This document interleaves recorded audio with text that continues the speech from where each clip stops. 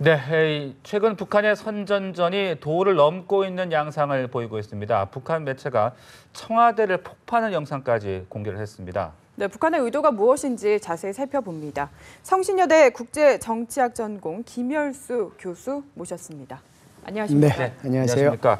자, 박근혜 대통령과 청와대를 조준한 뒤 폭파하는 장면까지 만들어서 공개를 했습니다. 이렇게 대통령을 겨냥해서 폭발을 시킨 영상, 이례적인 거라고 봐야 되는 거죠? 뭐 이례적이죠. 네. 이제 이례적이긴 하지만 북한답다라고 얘기할 수 있는데요. 먼저 제가 이제 북한의 막말 잠시 말씀을 드리고 지금 질문하신 것처럼 동영상에 대해서 제가 말씀을 드리도록 할게요. 사실상 북한이 작년 10월 이전까지는 막말을 좀 하다가 10월 달부터는 그 대통령 실명을 거론하면서 막말하는 것을 좀 중단했었거든요.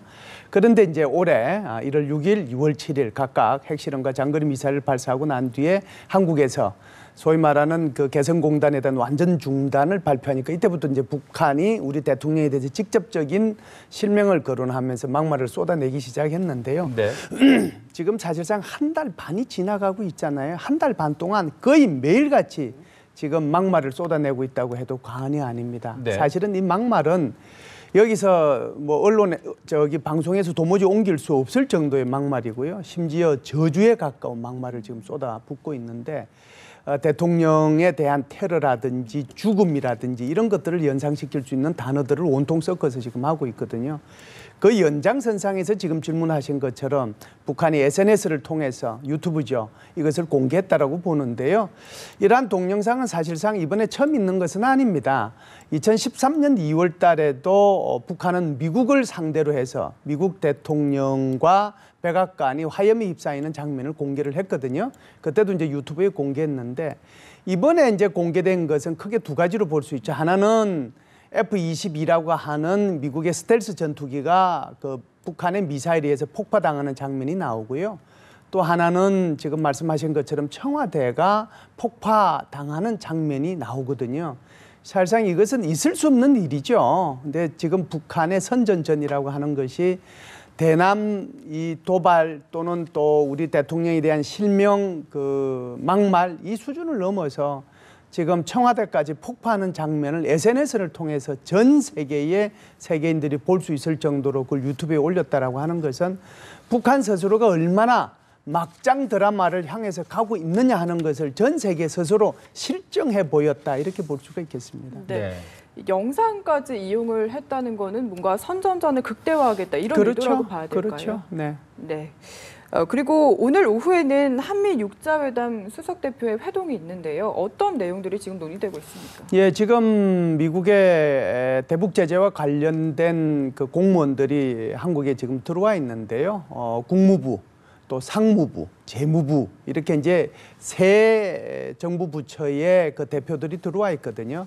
그래서 이제 우리가 잘 아는 성김 대북 정책 특별 대표 이 사람은 이제 국무부 사람이고 또 재무부와 상무부의 이제 실무자 역할을 하고 있는 사람들도 들어와 있는데 이들이 들어온 이유는 한국의 대북 제재 또 북한의 대북 제재 소위 말해서 양자 제재에 대한 문제 그리고 이제 안보리 결의안 2270에 나와 있는 집단 제재 안보리 결의안에 의한 집단 제재죠. 그걸 어떻게 이행하고 조정해 나가고 또는 이 서로 중복되는 게 있으면 그 중복되는 문제를 어떻게 할 것이냐 이걸 이제 협의해 나가는 거죠. 그렇기 때문에 어제는 이 세 사람하고 우리의 외교부에서 그 실무자들하고 같이 이 문제를 협의를 했고요. 오늘은 이제 그 한미 육자회담에 각 대표들이 만나서 이행 방안 어떻게 하면은 대북 제재에 대한 것들을 더 실질적으로 이행을 하고 북한에 대한 압박을 더 강화할 것이냐 하는 것들에 대해서 논의를 주로 하게 됩니다. 네, 그렇다면 이제 한미 양자 협의를 넘어서 다자 협의까지 이어진다 이렇게 볼 수 있는 겁니까? 네, 지금 사실상 그 독자 제재는 이제 한국만 북한에 대해서 독자 제재를 한 것은 아니고요. 한국은 이미 이제 두 번에 걸쳐서 독자 제재를 했잖아요. 한 번은 개성공단 완전 중단이라는 거, 또 하나는 북한에 대한 해운 제재를 포함해가지고 금융 제재를 하는 거. 미국은 미국대로 독자 제재안을 발표를 했고 또 대북 제재 법안을 통과시켰고 대북 제재 법안에 따른 행정명령까지 발동이 지금 되어 있는 상태잖아요. 그렇기 때문에 이제 어제 모여가지고는 한국과 미국 사이에 대북 제재 법안에 대해서 또는 대북 제재에 대해서 각자의 독자적인 대북 제재와 그 양자 제재와 그리고 이제 이 집단 제재에서 논의를 하는 거고요. 이걸 이제 넓혀 나갈 수 있는 거거든요. 네네. 이제 넓혀 나간다라고 하면은 한국과 미국 사이의 제재에 대한 협의뿐만이 아니고 대북 제재의 협의뿐만 아니고 여기에 일본이 들어가게 되면은 한미일 대북 제재 협의가 될 거고요. 중국이 들어가게 되면은 한미중 이렇게 대북 제재 협의가 되겠죠. 중국이 아마 소극적일 수 있을 겁니다. 그럼에도 불구하고 이 중국을 계속 끌어들여 가지고 어떻게 하면은 한미중이 함께 대북 제재를 효율적으로 해 나갈 것인가 하는 것을 끊임없이 이제 중국을 설득해서 네. 같이 대북 제재를 해 나가면 아마 중국의 배반이라든지 이탈이라든지 이런 거는 없을 수 있겠죠. 그러나 제가 개인적으로 볼 때는 이런 대북 제재 협의가 다자로 간다고 해서 이것이 예를 들면 한국, 미국, 일본, 유럽연합, 무슨 뭐 호주 이런 나라들이 몽땅 같이 연대를 해서 대북 제재 협의를 한다는 것은 저는 바람직하지 않다고 생각하고 오히려 더 반발을 일으킬 수 있기 때문에 소다자 제재 협의 이것은 저는 가능하다라고 봅니다. 그래서 한미일 또는 한미중 대중 제재 협의는 저는 좋다라고 봅니다. 네. 이 같은 협의가 이루어지고 있는 것이 북한을 좀 압박하고 있다라고 볼 수 있겠습니까? 굉장히 큰 압박이라고 봐야죠. 일단 대북 제재라고 하는 것이 유엔을 통한 대북 제재도 뭐 엄청나게 사실상 그 북한으로 봐서는 견뎌내기 힘들 정도의 대북 제재 아니잖아요.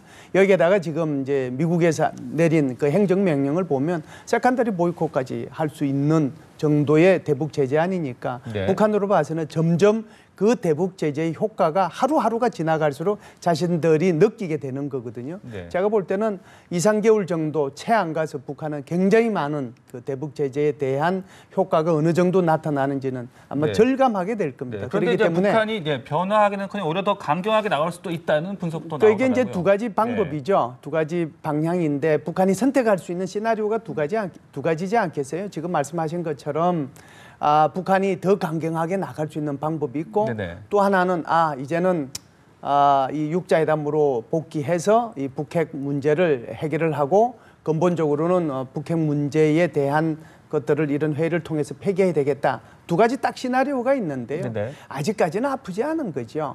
아직까지는요. 아직까지는. 대북 제재가 이제 시행된 게 그렇게 길지는 않잖아요. 네. 3월 2일 날 나왔으니까 이제 한 20일 그리고 이제 독자 제재 나온 거는 뭐 한 일주일, 10일 이 정도밖에 안 되니까 아직까지는 살을 깎고 뼈를 깎는 그런 아픔이 오지는 않아요. 아직까지는 제가 볼 때는 우도 정도 벗기는 정도, 때 정도 미는 정도 이 정도죠. 아직까지는 버틸만 수준이다. 아직까지는 네. 버틸만 하다라고 보는데요. 그것이 이제 하루 이틀 날이 가면 갈수록 점점 살에서 뼈속으로 오게 되는 거거든요. 그때 되면 이제 북한이 어떤 선택을 할 것이냐 하는 건데 그 선택의 몫은 아무도 지금 해줄 수가 없습니다. 북한의 김정은 말고는 누구도 네. 이것을 선택을 할 수 없는데요. 만일 김정은을 제외하고 다른 사람이 예를 들어서 김정은한테 여기서 이러시면 안 됩니다. 이제는 우리가 계획 개방으로 나가고 이 핵 문제를 포기해야 되겠습니다. 그렇게 말하는 순간 죽는다는 거 자기가 체험적으로 알고 있잖아요. 네. 그렇기 때문에 절대로 다른 사람들의 입속에서 그런 말들은 나올 수는 없는 거고요. 그것을 결정할 수 있는 것은 김정은 혼자인데 제가 볼 때는 한 2달 정도는 더 기다려야 김정은이 최종적으로 결정하지 않겠냐는 생각을 합니다. 네, 그래도 네. 결국에는 꼬리를 내릴 거라고 보시는 건지요? 아니요, 이게 이제 상황이 어떻게 이제 변해가느냐에 따라서 이제 다를 수는 있죠. 제가 볼 때는 이 정도의 대북 제재면 꼬리를 내릴 수 있는 방향으로 우리가 몰고 가는 거잖아요. 그렇기 때문에 지금 한미 제재 협의도 하는 거고 지금 좀 전에 질문하신 것처럼 다자 협의를 통해서 어떻게 하면 더 제재를 더 할 거냐, 어떻게 하면 더 강하게 할 거냐. 여기에 대해서 이제 힘을 더 모아가고 있기 때문에 얼마나 많은 국가들이 이 제재에 동참할 것이며 중국과 러시아가 정말 이 대북 제재에 대해서 뒷구멍을 열어주느냐 안 열어주느냐 여기에 따라서 다르다고 봐야죠. 만일에 중국과 러시아가 대북 제재에 대해서 뒷구멍을 열어주면 네. 북한이 살 수 있는 기회가 오는 거잖아요. 그렇죠. 그렇기 때문에 굳이 자기가 항복할 이유가 없는 거고 중국과 러시아가 아주 강하게 대북 제재에 동참하게 되면 북한은 손들 수밖에 없는 상황으로 가게 되는 것이죠. 그렇기 네. 때문에 지금 예단할 수는 없지만 어떻게 하든지 간에 이 중국과 러시아가 끝까지 대북 제재에 동참할 수 있도록 끊임없이 우리는 우리대로 미국은 미국대로 또 유럽연합은 유럽연합대로 중국과 러시아에 대해서 대북 제재에 동참할 수 있도록 그렇게 압박을 해 나가야 될 것으로 봅니다. 네, 이런 가운데 북한이 어제 또 미사일 발사했습니다. 한 달 새 거의 지금 뭐 4차례 정도 지금 발사를 한 것 같은데 북한이 잇따른 미사일 도발 이건 또 어떻게 분석을 해야 되는 겁니까? 지금 이제 북한의 입장에서 보면 집단 제재라고 하는 엄청난 제재 캐리안이 북한을 옥죄고 있잖아요. 여기에 이제 양자 제재, 그러니까 소위 말하는 우리 한국, 뭐 미국 또는 일본, 유럽연합 여기서 양자 제재도 하고 있고 그것도 모자라서 다시 대북 제재 협의회까지 하고 있잖아요. 여기에 대한 강한 반발이죠. 첫 번째는요. 두 번째는 이제 지금 3월 7일부터 우리가 키 리졸브 훈련을 했는데 그 리졸브 훈련을 하는 그 우리가 훈련 장면을 공개하는 내용을 보면 어마어마한 거잖아요. 네. 그런데 북한도 여기에 대응해서 그만한 정도의 자신들이 훈련하고 하는 것을 보여주면 좋은데 북한이 그걸 보여줄 수 있는 게 아무것도 없어요. 그러니까 기껏 보여줄 수 있는 것이 결국은 미사일을 쏠 수밖에 없거든요. 그렇기 때문에 이제 좀 전에 말씀하신 것처럼 300mm 방사포 쏘고 그다음에 이제 스카드 미사일 쏘고 그다음에 노동 미사일 쏘고 다시 또 어제 300mm 방사포를 쏘았습니다. 이런 것들을 통해서 우리를 건드리면 우리는 남한 전역을 타격할 수 있는 다양한 수단들을 갖고 있으니 절대로 건드리지 말아라라고 하는 끊임없는 신호를 우리한테 보내주고 있는 것이죠. 대담한 이만 줄여야 될 것 같습니다. 오늘 말씀 고맙습니다. 감사합니다. 감사합니다.